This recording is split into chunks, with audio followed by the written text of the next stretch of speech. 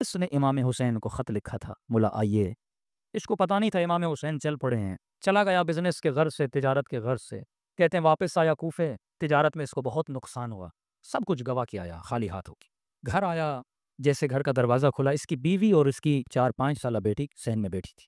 کہتا ہے جیسی میری بیٹی نے مجھے دیکھا نا، دوڑے دوڑے آئی اور میرے سینے سے آ کے لپٹ گئی۔ کہتا ہے جب سفر پہ گیا تھا، میری بیٹی نے مجھ سے کچھ مانگا تھا کہ بابا جب واپس آؤ نا، اپنی بیٹی کے لیے یہ چیز لے کر آنا۔ کہ اب جیسے بیٹی سینے پہ لگی نا، باپ تھا، سب کچھ گھوا کے پہنچا تھا۔ میں نے کہا بیٹی پوچھے گی بابا یہ لائے، میں نے یہ گفٹ بولا تھا، لیکن بیٹی نے یہ نہیں پوچھا۔ پہلا سوال جو میری بیٹی نے کیا، کہنے لگی بابا آپ کربلا نہیں گئے؟ کہنا بیوی سے کہا کیا کہہ رہی؟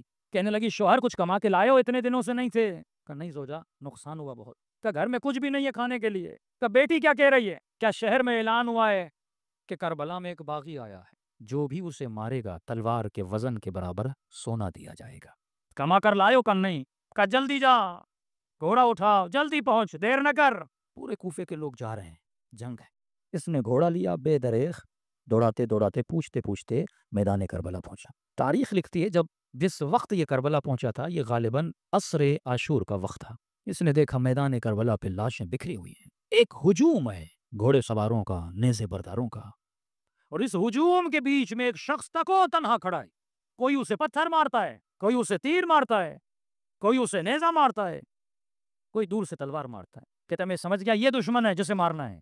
میں بھی اس بھیڑ کے اندر گیا، اس ہجوم کے اندر گیا۔ میں نے کہا میں پیچھے کیوں رہوں؟ میں بھی ایک پتھر اٹھایا اور آگے بڑھ کے اسے مارنا چاہا۔ کہ جسے مارنا چاہتا تھا نا، اس نے نگاہیں بلند کر کے مجھے دیکھنا شروع کیا۔ کہتا ہے وہ ہے بت اس کی نگاہوں میں تھی، وجود پہ لرزہ طاری ہو گیا۔ اب جو چہرہ دیکھا تو نورانی، ماتھا دیکھا تو سجدوں کے نشان۔ میں نے کہا یہ تو کہہ رہے ہیں کسی باغی کو مارنے آ رہے ہیں، یہ شکل باغیوں کی تو نہیں ہے۔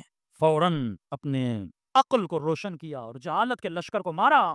کہ کہیں ایسا نہ ہو غلط آدمی کو مار دو، پہلے پوچھو تو صحیح کون ہے۔ کہتے آگے بڑھا اور میں نے کہا السلام علیک ایھا الشیخ الکبیر، اے بوڑھے تجھ پر میرا سلام ہو۔ کہتے جب سلام کیا نا تو گویا اس کے چہرے پہ خوشی کے آثار آ گئے۔ کبھی سوچا عاشور کے دن 100 مرتبہ مولا کو کیوں سلام کہنے کے لیے بولا گیا؟ ایک بار سلام کرو، کہ نہیں عاشورہ کے دن میرے بابا حسین کو 100 مرتبہ سلام کرو۔ کہ مولا زین العابدین اتنے سلام کیوں؟ کہ کیونکہ عاشورہ کے دن میرا بابا ترس گیا تھا، کوئی سلام کرے میرے بابا کو۔ کہتے تھے یہ مسلمان نہیں ہے، اس کو کیوں سلام کریں؟ اس نے کہا السلام علیک ایھا الشیخ الکبیر، اے بوڑھے تجھ پر میرا سلام ہو۔ اس نے کہا وعلیک السلام، تجھ پر بھی میرا سلام ہو۔ میں نے کہا آپ کون ہیں؟ کہ عجیب ہو، بلاتے بھی خود ہو، پوچھ بھی خود رہے ہو میں کون ہوں۔ کہ متعجب ہوا کیا مطلب؟ کہ تو نے خط نہیں لکھا تھا حسین کو؟ اب 5 منٹ کے لیے تصور کریں تیرے ہاتھ میں پتھر اور تو کسی کو مارنا چاہے، اسی وقت تجھے پتا چلے یہ تیرا امام زمانہ ہے، کیا گزر